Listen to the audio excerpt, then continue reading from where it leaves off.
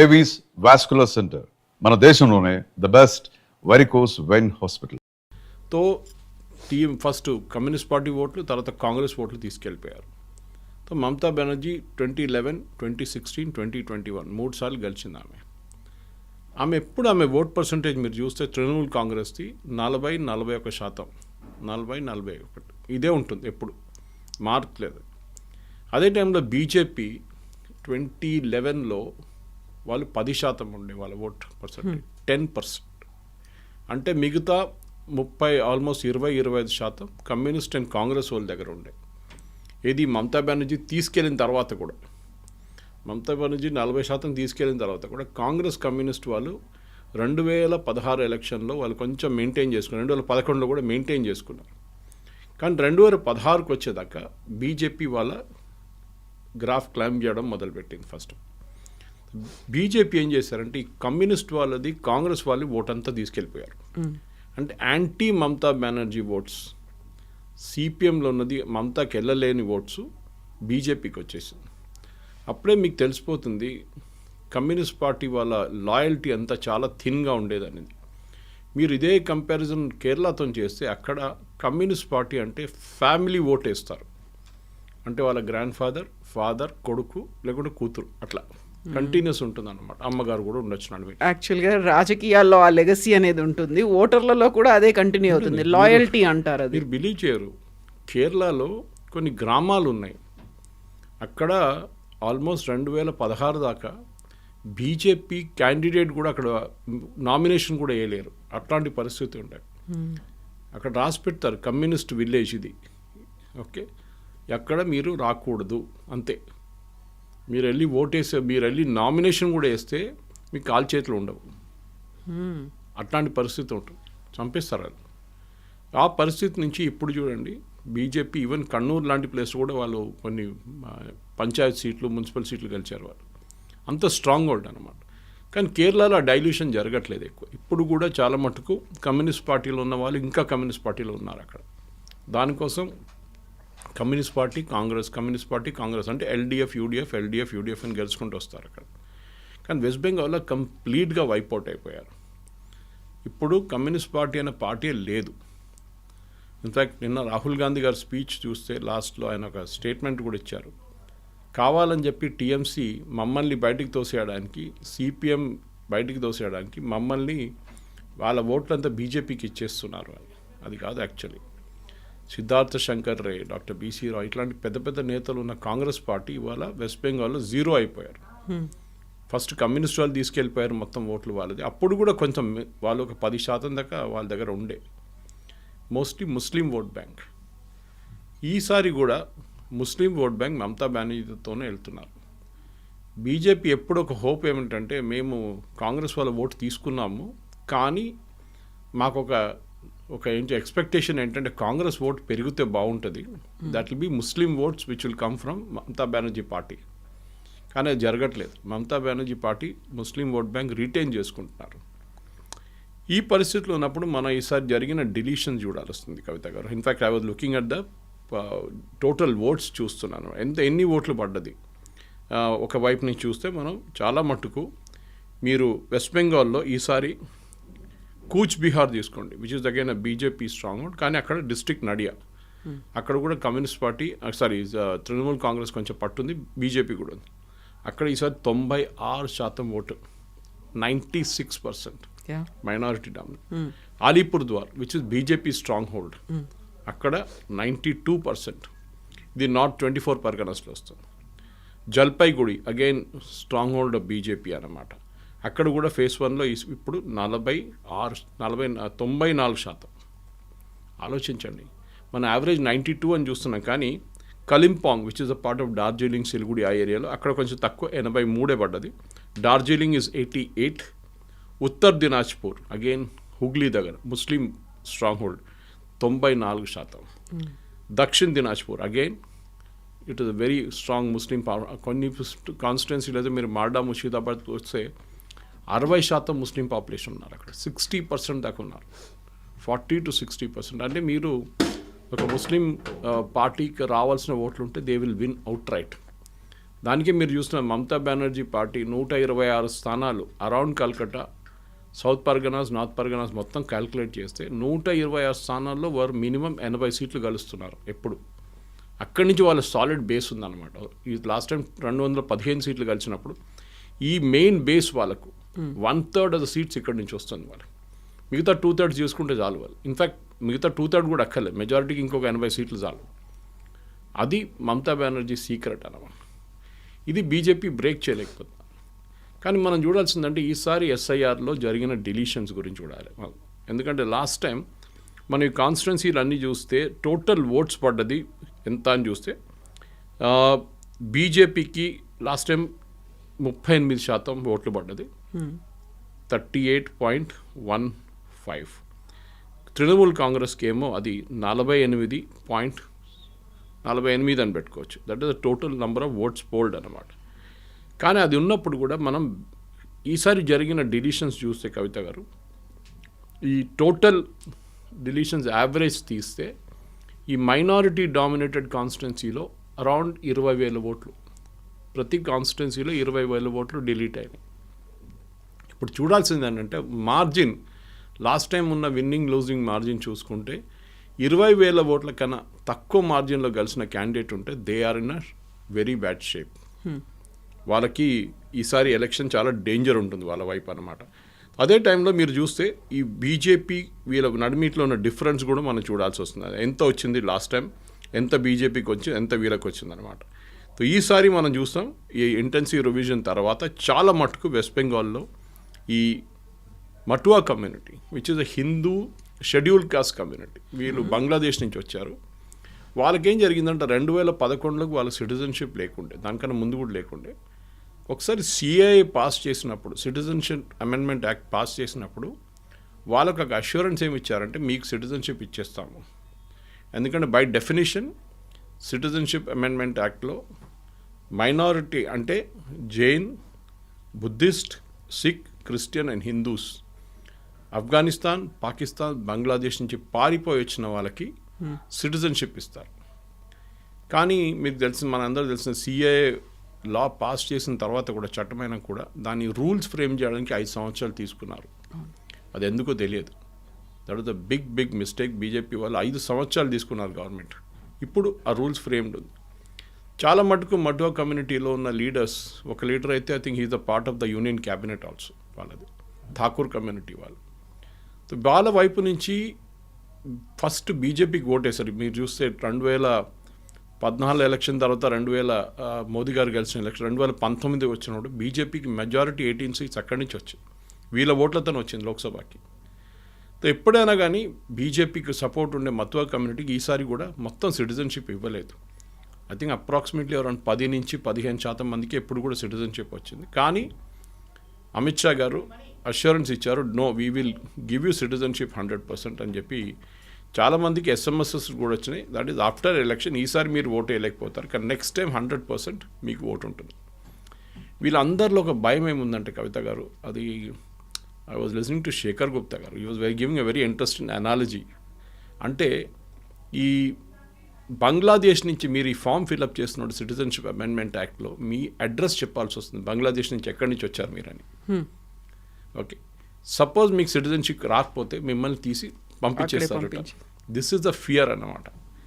కానీ హిందూ కమ్యూనిటీగా ఫియర్ ఉండకూడదు, ఎందుకంటే వాళ్ళు అక్కడి నుంచి పారిపోయారు వచ్చారంటే వాళ్ళకి ఆటోమేటిక్ సిటిజన్షిప్ వచ్చేస్తుంది. అది మైనారిటీలుగా ఉన్నారు కాబట్టి, minority as much as Hindu, Jain, Sikh, Parsi, Christian, Muslim లేదు. There is no Muslims. That is దానికోసం కదా కాంగ్రెస్, ఎంఐఎం ఇంత పెద్ద గొడవ చేశారు. పాకిస్తాన్లో ఉన్న ముస్లింని అక్కడున్న గవర్నమెంట్ ఎందుకు హెరాస్ చేస్తారు? వాళ్ళు చేయరు కదా. బంగ్లాదేశ్లో ఉన్న ముస్లింని అక్కడున్న గవర్నమెంట్ హెరాస్ చేయరు, హిందువులు చేస్తున్నారు. దానికోసం వాళ్ళకి గవర్నమెంట్ ఆఫ్ ఇండియా అంటున్నారు.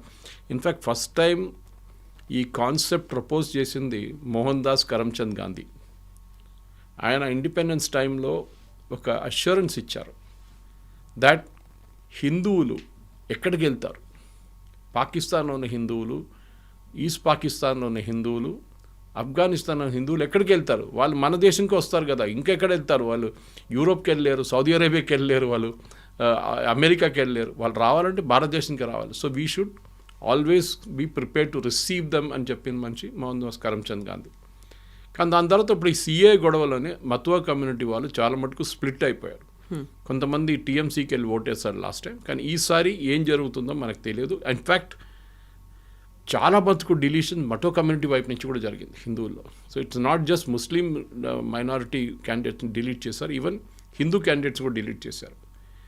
ఇప్పుడు ఈ టీఎంసీ వాళ్ళకి ప్రాబ్లం ఏంటంటే ఈ మైనారిటీ కాన్స్టిట్యున్సీలో డిలీషన్స్ తర్వాత మీరు చెప్పినట్టు 93-94% ఓటు పడ్డది. అక్కడ కూడా అందరు వచ్చి ఓటు వేస్తారా, లేకుంటే హిందువులు అక్కడ కొంచెం ఏం చెప్తారు, ఒక డివిజన్ ఆఫ్ ఓట్స్ జరిగింది. ఓకే, దట్ ఈస్ హిందువులు సపరేట్, ముస్లిమ్స్ సపరేట్ అని చెప్పి ఒక కాన్సెప్ట్ అక్కడ వచ్చేస్తుంది.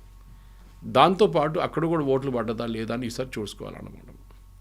అది ఉంటే, ఎందుకంటే ఇదంతా it requires real scientific calculation. Exactly. And on the ground Mamata Banerjee is a fighter, దాంట్లో డౌట్ లేదు. ఆమె మీరు 2001 నుంచి కూడా చూడండి, ఆమె యాటిట్యూడ్ అది ఉంటుంది. గ్రౌండ్ లెవెల్లో దిగి ఆమె ఫైట్ చేస్తుంది. కానీ ఆమె వ్యతిరేకంగా లాస్ట్ 3 టర్మ్స్ ఆమె సర్వ్ చేసింది, 15 సంవత్సరాల నుంచి పరిపాలిస్తుంది. సో ఆమె వ్యతిరేకత చాలా ఉంది. ఆమె ఆర్జీ కార్ కేసు కానివ్వండి, సందేశ్ ఖాళీ కానివ్వండి, ఇట్లాంటి చాలా మటుకు నెగటివ్ ఒకటి ఉంది. ఆర్జీ కార్లో మెడికల్ కాలేజ్ స్టూడెంట్ వాళ్ళ అమ్మ పోటీ చేస్తున్నారు బీజేపీ టికెట్ మీద. సో అట్లాంటి law and order Mamata Banerjee వ్యతిరేకంగా చాలా మంది. కానీ మమతా బెనర్జీ అక్కడ చేస్తున్న వెల్ఫేర్ స్కీమ్స్ మహిళలకి స్పెషలీ అది చాలా మటుకు పనిచేస్తుంది. అది మీరు ప్రతి స్టేట్లో చూస్తున్నారు. నితీష్ కుమార్ గారు బీహార్లో ఇంప్లిమెంట్ చేసినప్పుడు, దేవేందర్ ఫడ్నవీస్ గారు మహారాష్ట్రలో ఇంప్లిమెంట్ చేసినప్పుడు, హర్యానాలో బీజేపీ ఇంప్లిమెంట్ చేసినప్పుడు, ఇది కరెక్ట్ ఎలక్షన్ టైంకి చేశారు, పనికి వచ్చింది. మమతా బెనర్జీ అట్లా కాదు. మమతా బెనర్జీ ఒక 10 సంవత్సరాలు చేసుకుంటూ వస్తుంది. ఇది మనం ఏం చూడాలంటే ఎప్పుడు అడ్వాంటేజ్ ఏంటంటే కవిత గారు, ఒక రూలింగ్ పార్టీకి ఎప్పుడు అడ్వాంటేజ్ ఉంటుంది, వాళ్ళు వేసే డబ్బులు డైరెక్ట్ అకౌంట్లో పడుతుంది. ఇప్పుడు ఫర్ ఎగ్జాంపుల్ మమతా బెనర్జీ 1500 ఇస్తున్నారు ప్రతి మహిళకి, no matter which community. SC ST వాళ్ళకి 200 ఎక్కువ, 1700 ప్రతి నెల. కానీ బీజేపీ ఏమంటారు, మేము 3000 ఇస్తా అంటున్నారు. కానీ దాని ఇంపాక్ట్ ఉండదు, ఎందుకంటే ఆ 3000 అకౌంట్లో పడాలి కదా. వీళ్ళ 1700 లేకుంటే 1500 ప్రతి నెల పడుతుంది అకౌంట్లో. That is why Maharashtra election మీకు గుర్తుంటుంది, పోస్ట్పోన్ చేశారు. అది చాలా పెద్ద కాన్స్పిరసీ అని చెప్పి కాంగ్రెస్ వాళ్ళు గొడవ కూడా చేశారు. ఆ గ్యాప్లో ఈ స్కీమ్ ఇంట్రడ్యూస్ చేశారు దేవేందర్ ఫడ్నవీస్ గారు, షిండే కలిసి, మహిళలకి ఒక ఫిక్స్డ్ అమౌంట్ పర్ మంత్ ఇవ్వాలని. అది శివరాజ్ సింగ్ చౌహాన్ లడ్కీ బ్యాన్ అక్కడ ఒక స్కీమ్ మధ్యప్రదేశ్లో కూడా లాంచ్ చేశారు. సో ఇట్లాంటి స్కీమ్స్, మహిళలకు ఉన్న స్కీమ్స్ చాలా మట్టుకు పనిచేస్తుంది మమతా బెనర్జీలో. I think that the major crucial bank, ఒక ముస్లిం ఓట్ బ్యాంక్ తర్వాత మహిళల ఓట్ బ్యాంక్ మమతా బెనర్జీకి చాలా పెద్ద ఒక అడ్వాంటేజ్గా ఉంటుంది. అండ్ తమిళనాడులో కూడా 93% పోల్ పర్సంటేజ్ టర్న్అవుట్ అయింది అనుకున్నప్పుడు అక్కడ కీలకంగా ఉన్నటువంటి ఫ్యాక్టర్స్ ఏంటి? మేనిఫెస్టో లాస్ట్ మినిట్లో కూడా మేనిఫెస్టో యాడ్ చేశారు, హామీలు అనేవి ఇస్తూ వచ్చారు. And crucial factor TVK Vijay ఏం చేయబోతున్నాడు, ఎటువైపు ఉన్నారు, నిజంగా నమ్మారా లేదా అనేది. ఒక డ్రెస్ కోడ్ కూడా పెట్టుకున్నారు అనేది విపరీతంగా సోషల్ మీడియాలో వైరల్ అయింది. ఆయనకు సపోర్ట్గా ఫిల్మ్ ఇండస్ట్రీ ఉందా లేదా అనేది చూపించడానికి. తమిళనాడులో మనం చూసాం లాస్ట్ టైం 4.6 కోట్ల ఓట్లు పడితే ఈసారి 4.9 కోట్ల ఓట్లు పడుతుంది. తో న్యాచురల్ ఇట్ ఈస్ హయ్యర్. తమిళనాడులో కూడా ఆల్మోస్ట్ 75 లక్షల మందిని తీసేశారు ఓటర్ రోల్స్ నుంచి. కానీ అక్కడ పెద్ద గొడవ ఏం జరగలేదు. అన్లైక్ వెస్ట్ బెంగాల్, సుప్రీంకోర్టుకి వెళ్ళడం, అక్కడ కేసులు పెట్టడం, దాని తర్వాత దాన్ని అప్పీల్ పెట్టడం, దాన్ని మళ్ళీ జడ్జిలు పంపించడం, వాళ్ళు చెక్ చేశారు, మళ్ళీ ఇప్పుడు అప్పీలేట్ ట్రిబ్యునల్ పెట్టు. తమిళనాడులో, కేరళలో ఎక్కడ ఈ ప్రాబ్లం లేకుండే. అస్సాంలో ఆఫ్కోర్స్ స్పెషల్ ఇంటెన్సివ్ రివిజన్ జరగలేదు, అస్సాంలో స్పెషల్ రివిజన్ జరిగింది. ఎందుకంటే అక్కడ ఎన్ఆర్సీ నడుస్తుంది already, national register for citizens, already supreme court సూపర్విజన్లో. సో తమిళనాడులో ఈ తీసేసిన 70 లక్షల మంది, ఈవెన్ డిఎంకే, ఏఐడిఎంకే అందరు అగ్రీ చేస్తారు దట్ ఇట్ ఈస్ జెన్యున్. చనిపోయిన వాళ్ళు permanently migrated and duplicate voters వీళ్ళు ఉన్నారు, మేము అంగీకరిస్తున్నాం. అన్ని పార్టీలు అన్నారు. ఏందో ఇనిషియలీ స్టాలిన్ పెద్ద గొడవ చేశారు ఫస్ట్. ఇన్ఫాక్ట్ కేరళలో అన్నిటికంటే తక్కువ 18 లక్షలే డిలీషన్. సో అక్కడ ప్రాబ్లం లేదు. కానీ ఈసారి మీరు చెప్పినట్లు ఇంట్రెస్టింగ్ కాంటెస్ట్ ఏంటంటే, ఒకటి తమిళనాడులో ఎప్పుడు ఒకసారి డిఎంకే గెలుస్తే నెక్స్ట్ ఏఐడిఎంకే గెలుస్తే నెక్స్ట్ డిఎంకే, ఇది ఆల్టర్నేట్ అవుతూ ఉంటుంది. స్టాలిన్ గెలిచి ఇప్పుడు ఈసారి వచ్చిన తర్వాత కూడా ఫస్ట్ టైం ఒక ఛాలెంజ్ ఆయనకి ఏంటంటే ఒకటి ఏఐడిఎంకే నుంచి కొంచెం రిన్యూడ్ ఎనర్జీ వాళ్ళకి వైపు నుంచి వచ్చిందన్నమాట. పళనిస్వామికి ఇప్పుడు దాకా ఓపీఎస్ గారు ఉన్నప్పుడు దాకా ప్రాబ్లం ఉండే, వాళ్ళ నడిమిట్లోనే పార్టీ స్ప్లిట్ అవుతుండే, పార్టీ లోపల చాలా గొడవ ఉండే. So OPS garu he has left join DMK alliance. ఇప్పుడు తమిళనాడులో మీరు చూస్తే major parties of course DMK, AIADMK, వాళ్ళతో ఇటువైపు కాంగ్రెస్, అటువైపు బీజేపీ. వీళ్ళ నడిమిట్లో కూడా మీరు చూస్తే ఓటింగ్ పర్సంటేజ్ చాలా నేరోగా ఉంది ఇప్పుడు కొన్ని సంవత్సరాల్లో, లాస్ట్ 2 ఎలక్షన్స్లో. కానీ లోక్సభ ఎలక్షన్స్కి ఒక నంబర్ వస్తుంది, అసెంబ్లీ ఎలక్షన్స్కి ఇంకో నంబర్ వస్తుంది. అది ఆబ్వియస్ అంతే. లోక్సభకు వచ్చినప్పుడు మోదీ గారికి ఓటేస్తారు, అక్కడ వచ్చినప్పుడు దాన్ని it goes to the local level అనమాట. రీజనల్ పార్టీ వైపే ఉంటారు అని. ఎందుకంటే మనం చూస్తాం ఇటువైపు మీకు అన్బమణి రామదాస్ వాళ్ళ పార్టీ ఇటువైపు ఉంటే, అటువైపు వీసీకే ఉన్నారు, షెడ్యూల్ కాస్ట్ వాళ్ళ మైనారిటీ దళిత్ పార్టీ ఉంటుంది. అదే టైంలో కాంగ్రెస్ వైపు నుంచి ఉన్న పార్టీలు చూస్తే ఇటువైపు బీజేపీ వెళ్ళి హిందూ ఓట్లు తీసుకొస్తారు వాళ్ళు. తేవర్, గౌండర్ చాలా మటుకు తమిళనాడులో క్యాస్ట్ పాలిటిక్స్ ఉంటుంది. ఓకే, ప్రతి క్యాస్ట్కి మన దగ్గర తక్కువ కాదు, తెలంగాణ, ఆంధ్రాలో కూడా, కానీ బీహార్ చూడండి, యూపీ చూడండి, అట్లనే తమిళనాడులో కూడా క్యాస్ట్ ఈక్వేషన్ చాలా స్ట్రాంగ్ అన్నమాట. దాని నడిమిట్లోనే ఒక వైట్ హార్స్ సడన్లీ, ఓ బ్లాక్ హార్స్ అని చెప్పొచ్చా, వైట్ హార్స్ అని చెప్పొచ్చా, విజయ్ వచ్చేసారు. విజయ్ది మీరు చూస్తే లాస్ట్ 3 రోజుల్లో he has been able to attract huge crowd. Exactly. కానీ తెలుగు స్పీకింగ్ పాపులేషన్ చాలా మటుకు, ఈవెన్ మీరు హిందూ కానీ మిగతా న్యూస్ పేపర్స్ చూస్తే, ఈవెన్ టైమ్స్ ఆఫ్ ఇండియాలో కూడా నార్దర్న్ తమిళనాడు బెల్ట్లో అరాంగ్ ద ఆంధ్ర బార్డర్ ఒక 15 కాన్స్టిట్యున్సీస్లో చాలా మటుకు Telugu votes will be a major factor. గత ప్రభుత్వంలో కూడా 3 నుంచి 5 మంది మంత్రులు కూడా ఉన్నారు, తెలుగు మంత్రులే ఉన్నారు అక్కడ. అది మీరు ఈవెన్ బెంగళూరు వైపు చూస్తే, కర్ణాటకలో కూడా నార్దర్న్ కర్ణాటక అంటే మీరు పెనుకొండ వైపు నుంచి వస్తున్నప్పుడు కానీ, ఇటువైపు నుంచి అనంతపురం ఆ సైడ్ నుంచి వస్తున్నప్పుడు, ఆ నార్దర్న్ కర్ణాటక బెల్ట్లో కూడా చాలా మటుకు it is Telugu voters difference.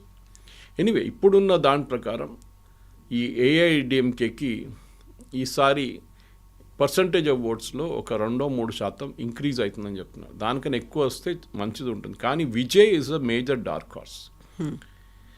అందరు అడుగుతున్న ఒకటే ప్రశ్న, అంటే విజయ్ ఎన్ని ఓట్లు తీసుకెళ్తాడు, ఎవరి ఓట్లు తీసుకెళ్తారు. That is also very crucial. ఎందుకంటే మీకు ఫస్ట్ టైం పోటీ చేస్తున్నప్పుడు, అది కూడా ద్రవిడియన్ బెల్ట్లో, Vijay is not traditionally Dravidian. ఆయనకి he comes from the Christian community. కానీ ఆయనకి యంగ్స్టర్స్ వైపు నుంచి సపోర్ట్ ఉంది అని చెప్తున్నారు. కానీ ఆ యంగ్స్టర్స్ ఫైనలీ ఓట్ వేస్తారా లేదా అనేది పెద్ద ప్రశ్న. ఆ యంగ్స్టర్స్ ఓట్ వేసారనుకోండి, అది చాలా మటుకు పెద్ద ప్రాబ్లం రాబోతుంది డిఎంకేకి. దానికోసం మీరు చూసుంటారు, స్టాలిన్ స్పీచెస్లో విజయ్ గురించి ఒక మాట చెప్పారు ఆయన. ఈ సేయింగ్ ఈజ్ నోబడీ. ఆయన ఏం చెప్తారు, AIADMK is a slave of BJP అని చెప్తారు. ఏఐడిఎంకే మీద అటాక్ చేస్తారు. ఓకే, ఈపీఎస్ మీద పర్సనల్ అటాక్లు కూడా చేశారు చాలా మటుకు. కానీ విజయ్ గురించి ఒక మాట చెప్పట్లేదు. సో ఆబ్వియస్లీ ఆయనకి విజయ్ గురించి మాట్లాడితే మన న్యాచురల్ యంగ్ ఓటర్స్ ఉంటారు చూడండి, డిఎంకేది ఫస్ట్ టైం ఓటర్స్, వాళ్ళు షిఫ్ట్ అయిపోతారు వ్యతిరేకంగా మాట్లాడితే. So that is why he's very very careful, వాళ్ళని అటాక్ చేయకూడదు, ఈవెన్ వాళ్ళ పార్టీ వైపు నుంచి కూడా. అదే టైంలో మీరు చిన్న చిన్న పార్టీలు కొంచెం అక్కడ ఇంపాక్ట్ కూడా క్రియేట్ చేస్తుంది. అన్బమణి రామదాస్ది పిఎంకే ఉంది, ఒరిజినల్ తమిళ్ మానిలా కాంగ్రెస్, మూపనార్ గారు సెటప్ చేసిన తమిళ్ మానిలా కాంగ్రెస్. చిదంబరం గారు కూడా ఆ పార్టీలో ఉన్నారు ఒక టైం, తర్వాత వీళ్ళందరూ తిరిగి వచ్చారు కాంగ్రెస్కి. కానీ GK Vasan has gone back, అంటే మూపనార్ వాళ్ళ కొడుకు, he's gone back to setup same TMC setup చేసుకున్నారు, మళ్ళీ రివైవ్ చేశారు దాన్ని. ఈ చిన్న పార్టీలు కూడా కొన్ని పర్సంటేజ్ ఆఫ్ ఓట్స్ తీసుకొస్తారు.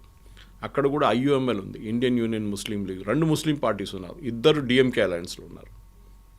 తో ఇటువైపు చూస్తే, అండ్ న్యాచురల్లీ నిన్న వచ్చిన న్యూస్లో చాలా మటుకు క్లారిటీ వచ్చేసింది, అన్నామలై గారు రాజ్యసభకి వెళ్ళిపోతున్నారు. ఆంధ్ర నుంచి రాజ్యసభ బీజేపీ కోటాలో రాజ్యసభకి నామినేట్ చేస్తారని ఒక న్యూస్ వచ్చిందన్నమాట. పాసిబ్లీ నిర్మలా సీతారామన్ తర్వాత ఒక నెక్స్ట్ రాజ్యసభ క్యాండిడేట్గా రాబోతున్నారు. కానీ ఆయన ప్రెజెన్స్ చాలా మటుకు తమిళనాడులో ఫ్యాక్టర్గా ఉండిపోయింది. నేను చాలామంది మన దగ్గర ఆంధ్ర తెలంగాణ నుంచి వెళ్ళిన కొన్ని బీజేపీ లీడర్స్తో మాట్లాడాను. వాళ్ళు అంటున్నారు అక్కడ ఎక్కడ వెళ్ళినా కానీ అన్నామలై గురించి అంటున్నారు. బీజేపీలో ఒక లీడర్ కూడా లేరు, అట్లాంటి అన్నామలై లాంటి క్యారెక్టర్ కరిష్మా ఉన్న లీడర్ లేరు. అది న్యాచురల్, అది ఎందుకంటే ఈపీఎస్కి భయం ఉంది, ఏదో ఒక రోజు అన్నామలై ఆయన్ని ఓవర్ షాడో చేసేస్తారని. దానికోసం చాలా క్లియర్గా బీజేపీ లీడర్ సార్ చెప్పారు, అన్నామలైని పార్టీ నుంచి పక్కన పెట్టండి, అప్పుడే మేము పొత్తు పెట్టుకుంటామని. మేబీ నేను అనుకుంటా అదొక తప్పు లాంగ్ టర్మ్లో చూస్తే. షార్ట్ టర్మ్లో ఎస్ బీజేపీకి బెనిఫిట్ వస్తుంది, 3-5 సీట్లు రావచ్చు బీజేపీకి, అంతే, దానికన్నా ఎక్కువ రాదు. కానీ తమిళనాడులో ఒక మార్పు వస్తుందా అంటే విజయ్ మీద ఉంటుంది. విజయ్ 12-14% ఓట్లు తీసుకెళ్తే డెఫినెట్గా they will be a change. ఒక కింగ్ మేకర్ అవుతాడా విజయ్? గెలవాడు, సీట్లు రావని. ఐ డోంట్ థింక్ ఈవెన్ 3-4 సీట్లు కూడా గెలవలేరు అక్కడ. పెరంబూర్లో నిన్న ఓటింగ్ పర్సంటేజ్ చాలా బాగుందన్నారు, one of the seats that is contesting. కానీ మేబీ ఆయన గెలుస్తారు ఒక్కరు. కానీ పార్టీ వైపు నుంచి మీకు కింగ్ మేకర్ కావాలంటే మీకు మిగతా పార్టీల నుంచి, for example AIADMK DMK alliance నడిమిట్లో ఒక 15 సీట్ల గ్యాప్ ఉందనుకోండి, ఇద్దరికి మెజారిటీ రాలేదు. ఆ 15 సీట్లు విజయ్ పార్టీ టీవీకి తీసుకెళ్ళినప్పుడు then he can become a king maker. He can insist అలయన్స్లో నేనే మేజర్ పార్ట్నర్, నాకు డిప్యూటీ సీఎం ఇవ్వండి ఏదని చెప్పొచ్చు అప్పుడు. కానీ మీకు 2-3 సీట్లు వస్తే మిమ్మల్ని ఎవరు పట్టించుకోరు. అందులో విజయ్ కూడా 2 ప్లేసుల నుంచి కంటెస్ట్ చేస్తున్నాడు కాబట్టి ఎక్కడి నుంచి గెలుస్తాడు అనేది కూడా దట్ ఈస్ ఇప్పుడైనా తమిళనాడులో అదొక స్టైల్. మీరు కొత్త లీడర్స్ ఎప్పుడైనా వచ్చినప్పుడు they always contest from 2 places. అది ఎప్పుడు చేస్తారు వీళ్ళు. కానీ స్టాలిన్ ఒక అడ్వాంటేజ్ స్టాలిన్ ఏంటంటే మీరు చెప్పారు చూడండి ఫ్రీబీస్ గురించి. ఈ ఫ్రీబీ కల్చర్ తమిళనాడు పాలిటిక్స్లో ఒక జయలలిత టైం నుంచి ఉందన్నమాట. ఆమె మిక్సీలు, తర్వాత గ్రైండర్లు, తర్వాత టెలివిజన్ సెట్లు అన్నీ ఇచ్చుకుంటూ పోయింది ఆమె. రిఫ్రిజిరేటర్లు కూడా ఇప్పుడు వచ్చాయి. ఈసారి స్టాలిన్ వాళ్ళ పార్టీ 8,000 రూపాయల కూపన్ ఇస్తున్నారు గెలిస్తే. ఆ కూపన్ మీరు పక్కన ఉన్న షాప్కి తీసుకెళ్ళి మీరు దాన్ని ఎక్స్చేంజ్ చేసుకోవచ్చు, ఏదైనా కొనుక్కోవచ్చు. కానీ it is prone to corruption. ఎందుకంటే ఏమైందంటే వీళ్ళు ఆ కూపన్ తీసుకొని ఆ షాప్ ఓనర్తో ఏమో డీల్ చేసుకుంటే ఏం కొనకుండా కూడా వాళ్ళకి డబ్బులు వచ్చేస్తారు. షాప్ కీపర్ ఒక 2,000 రూపాయలు 1,500 పెట్టుకుంటారు. ఇది జరగవచ్చు, పాసిబుల్ ఉంది. కానీ తమిళనాడులో ఫ్రీబీస్ లేకుండా నడవదు, అది చాలా క్లియర్గా ఉంది. At the same time Dravidian politics అక్కడ చాలా మటుకు డామినేట్ చేస్తుంది. మీకు తెలిసింది, మనందరూ తెలిసిందే, స్టాలిన్ కూడా north Indian versus south Indian అని చెప్పి ఆ క్యాంపెయిన్ నడిపించారు.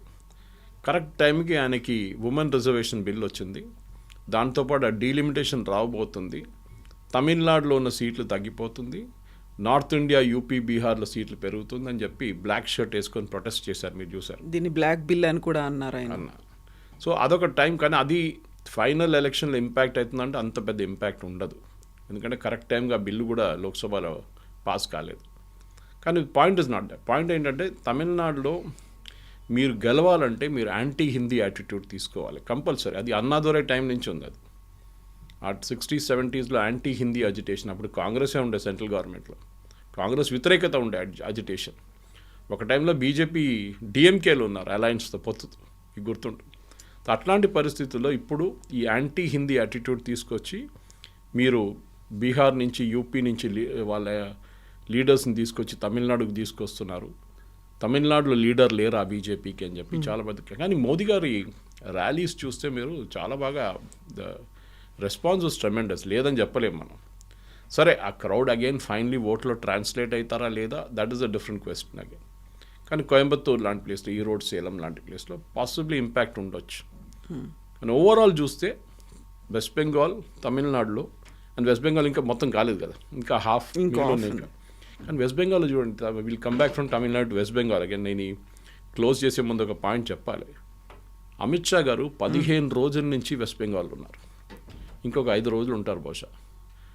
ఎప్పుడు కూడా ఆయన ఇంత టైం స్పెండ్ చేయలేదు ఎక్కడ. బీహార్ ఎలక్షన్లో కూడా వారం పాటు ఉన్నారు, వారం 10 రోజులు ఉన్నారు. బట్ ఈ కెప్ట్ కమింగ్ అండ్ గోయింగ్ కంటిన్యూస్గా అక్కడ ఇది అక్కడే ఉన్నారు. అంటే వెస్ట్ బెంగాల్ని బీజేపీ ఒక అల్టిమేట్ ఫ్రాంటియర్గా చూస్తున్నారు. మేము అక్కడ అన్నీ కలిసేసాం, నార్త్ ఈస్ట్, ఆ తర్వాత అక్కడ కూడా యూపీ, బీహార్, జార్ఖండ్ ఒకటే నడిమిట్లో మిగిలిపోయింది, అది కూడా ఏదో రోజు పడిపోతుంది. మహారాష్ట్ర, మధ్యప్రదేశ్, ఛత్తీస్గఢ్, అస్సాం, ఒడిశా, ఫైనల్ ఫ్రాంటియర్గా మిగిలిపోయింది వెస్ట్ బెంగాల్ ఒకటి. అండ్ అక్కడ Mamata Banerjee the principal enemy. కాంగ్రెస్కి, సిపిఎంకి అసలు దిస్ నో ఛాన్స్ అని చెప్పొచ్చు.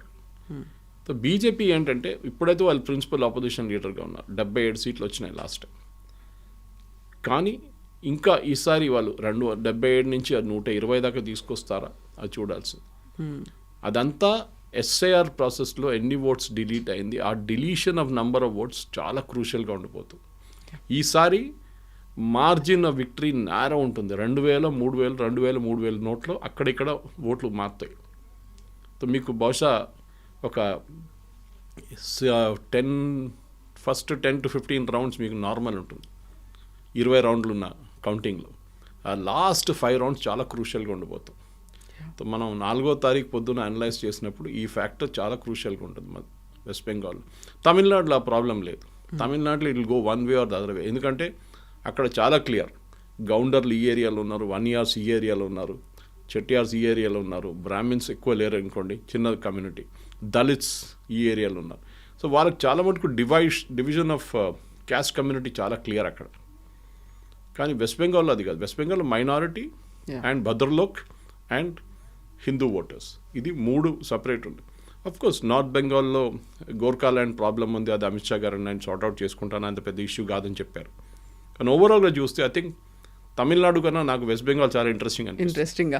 And at the same time women reservation bill, ఆ తర్వాత డీలిమిటేషన్కి సంబంధించి అది ఓడిపోయిన తర్వాత, వీగిపోయిన తర్వాత అది ప్లస్గా ఎవరికి అవుతుంది, ఎవరికి మైనస్ అవుతుంది అనే దాని మీద ఈ 2 స్టేట్స్ మీదే ప్రెస్టీజియస్గా పెట్టుకున్నాయి అటు బీజేపీ వర్సెస్ రీజనల్ పార్టీస్ అనేది. సో వాళ్ళంతా ఎటువైపు వెళ్ళారు, నిజంగా ఆ ఇంపాక్ట్ ఉందా లేదా అనేది కూడా మీరు చూడాలంటే నేను ఒరిస్సా ఒక ఎగ్జాంపుల్ తీసుకుంటాను. కవిత గారు, బీజు పట్నాయక్, ఆయన తర్వాత నవీన్ పట్నాయక్, 3-4 సార్లు గెలిచారు Naveen Patnaik. I think he was longest serving CM after Jyoti Basu or before Jyoti. కొంచెం అక్కడెక్కడ డిఫరెన్స్ ఉంది అంతే. అక్కడ బీజేపీ ఎక్కడ లేకుండా ఒక టైంలో